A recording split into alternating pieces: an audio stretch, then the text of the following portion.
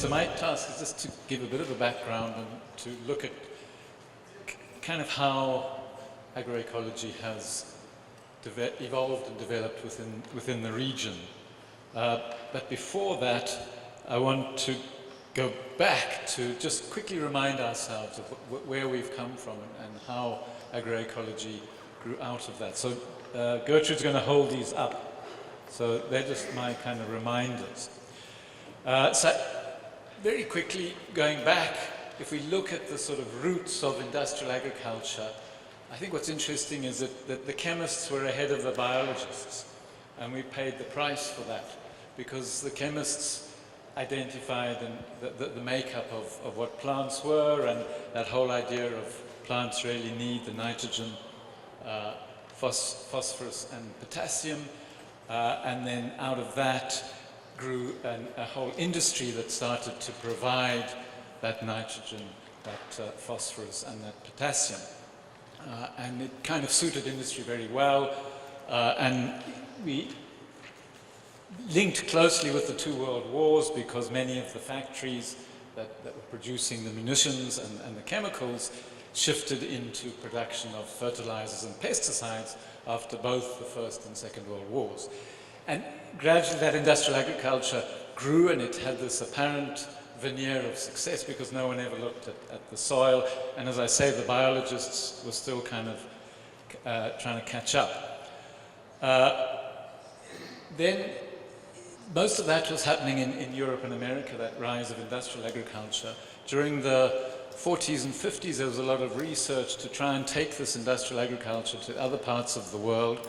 And what's now known as the Green Revolution was developed as a package with the hybrid seeds, the fertilizers and the pesticides, and was mostly taken to Asia and South America, Latin America, not so much to Africa initially, except South Africa quite a bit was already getting into the industrial agriculture with the large-scale commercial farmers. Then the Green Revolution kind of started moving into Africa in the sort of 70s, 80s, 90s, some countries much more than others. And I think Zimbabwe is a very interesting case study to show the mindset behind the way forward. What is modern agriculture? When Zimbabwe achieved independence in 1980, there was no question in the government's mind, and although I might not be a great supporter of the current government, I was an ardent supporter of the new government in 1980, and I think with the best of intentions, their thinking was the white commercial farmers had had access to this industrial agriculture Green Revolution package.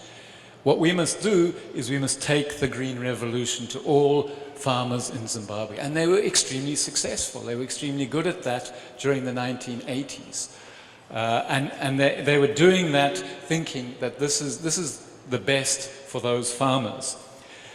I think all the time, right the way through, even in the 19th century, there were scientists, we don't hear about them much now, but there were scientists questioning the whole chemical fertilizer approach, and that carried on. I think with the kind of rise in soil biology research and beginning to see and understand soil life, and that the soil is a living system, or should be a living system, gradually more and more people started to question this approach of using highly soluble chemical fertilizers and the pesticides that go with it. And so you had alternatives coming up all over the world. In terms of East and Southern Africa, which is what I know better, I think during the 80s you had particularly in the countries that were adopting the Green Revolution more, such as Kenya, Zimbabwe, I think to some extent in South Africa, you had some initiatives beginning to develop. So you had biointensive agriculture in Kenya and developed at Manor House. Manor House opened in 1984. In Zimbabwe, the Fambidzinai Center opened up promoting and teaching permaculture and other practices. One must realize at that time this was completely out on the edge and periphery. But things began to happen. I mean, even in Zimbabwe, pushing the Green Revolution, there were odd people, even in the ministries of agriculture, who were questioning this Green Revolution approach. Over time, more and more alternatives developed. We have the holistic land and livestock management.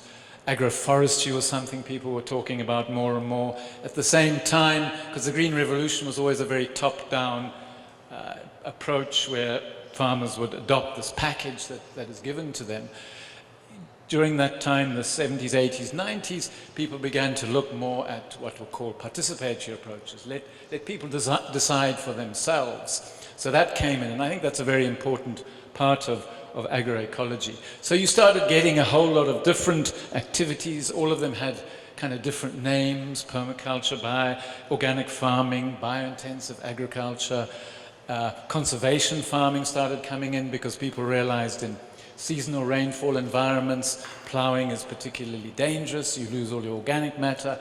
So all these things were coming up, and they were a bit sort of scattered all over the place. Sometimes they kind of thought they had the answers to everything. And then, I think it was 96, there was a food security meeting at the FAO, and that was just when La Via Campesina was being formed, and they decided to use this term agroecology, which I think was first used in the 1920s by scientists. They decided to take that term on and develop it and see it as a science, a movement, and a set of practices. And what I've seen happen over since in the 2000s is that people kind of really see agroecology as an umbrella for a lot of different activities. And I think it's been very good in that sense. It's brought a lot of people together that were perhaps working a little bit separately. And the emphasis in these alternatives in agroecology is much more on the biology, bringing the biology into farming, but also on indigenous knowledge. It's not outside knowledge. So agroecology as an umbrella. I think, just to link it into Sky, changing the current kind of huge food and farming system is an incredibly big task, and I feel we're only just beginning. We're still very much on the periphery. We're still very much an alternative. I think there's a real potential for agroecology, but I do think we need to be very creative. We need to collaborate, as Alfredo was talking about, and we need to be strategic in what we do. And I think that's what Sky is very much about.